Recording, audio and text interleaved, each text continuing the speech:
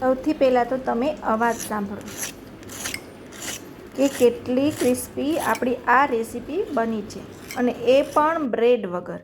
તો તમારે બ્રેડ નથી ખાવી અને કંઈક ચટપટું ખાવું છે અને એમાં પણ સેન્ડવિચના ટેસ્ટમાં, તો તમે આ રીતે નાસ્તો બનાવી શકો છો અને ફટાફટ બની પણ જાય છે. તો વધારે સમય ના લગાવતા આપણે અહીંયા જોઈ લઈએ કે આ નાસ્તો આપણે કઈ રીતે રેડી કર્યો છે.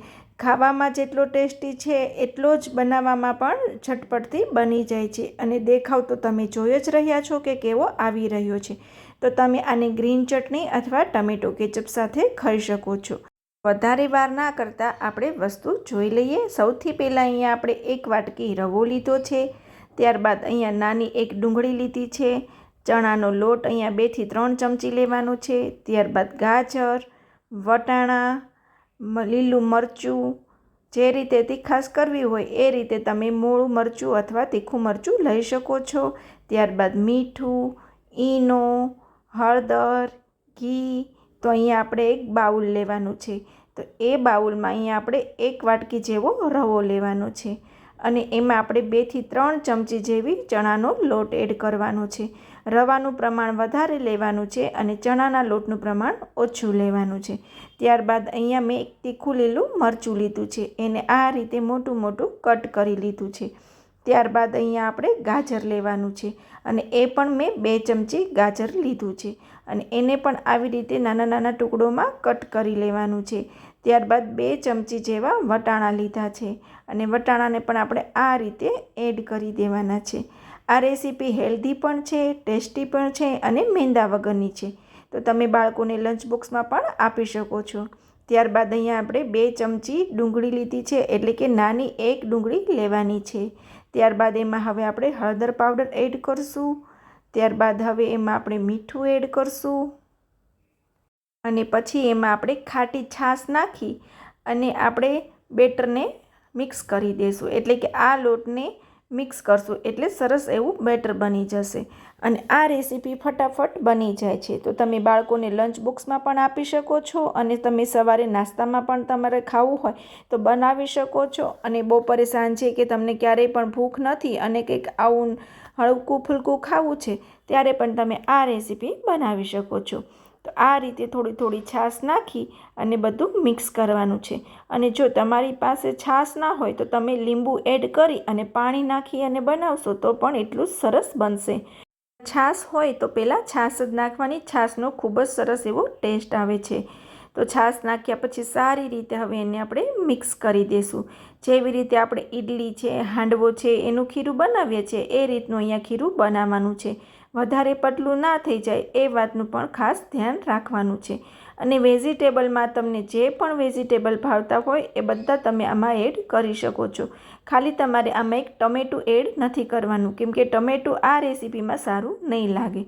તો અહીંયા તમે કેપ્સિકમ છે, ત્યારબાદ ફણસી છે, એ રીતે સ્વીટ કોર્ન છે, એ તમને જે પણ ભાવતું હોય એ વેજીટેબલ એડ કરી શકો છો, અને કોથમીર પણ હોય તો એ પણ તમે એડ કરી શકો છો.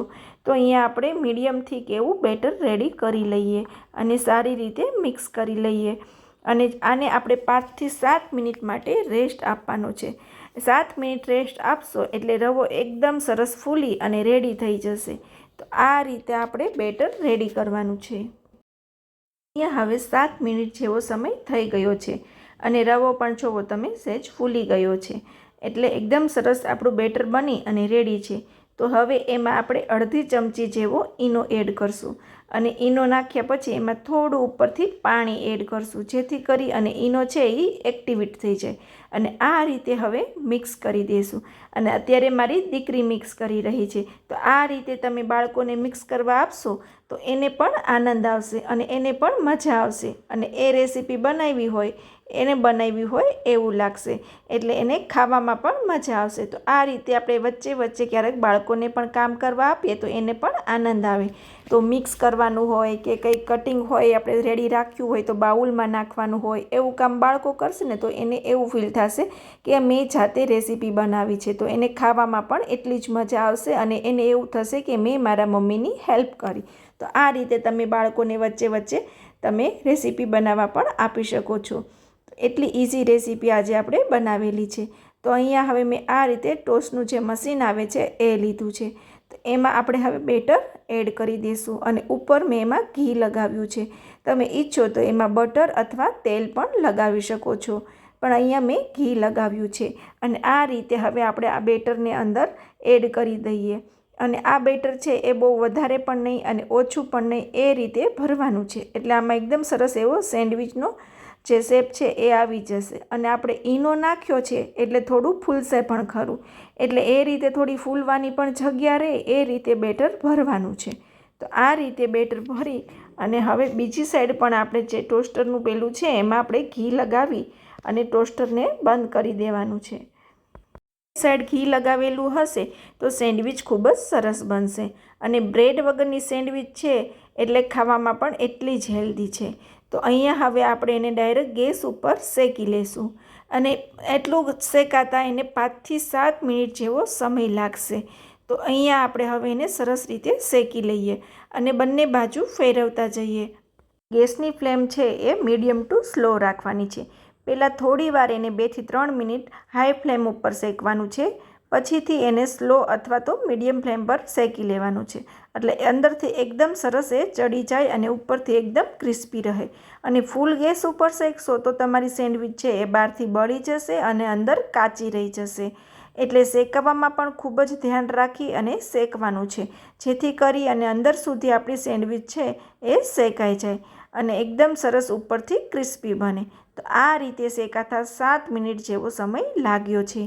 તો હવે આપણે સેન્ડવિચને ખોલી અને જોઈ લઈએ કે પ્રોપર શેકાઈ ગઈ છે કે નહીં.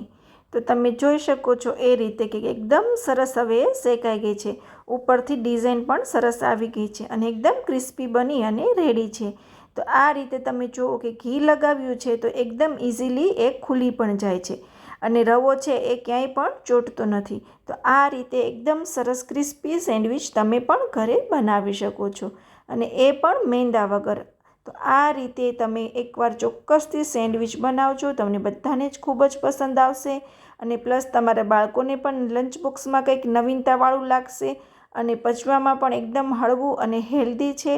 તો આને તમે ગ્રીન ચટણી સાથે પણ સર્વ કરી શકો છો, ટમેટો કેચઅપ સાથે પણ સર્વ કરી શકો છો અને તમને જે પણ ચટણી કે કોઈ સોસ ભાવતો હોય એની સાથે પણ આ એટલું જ સરસ લાગે છે.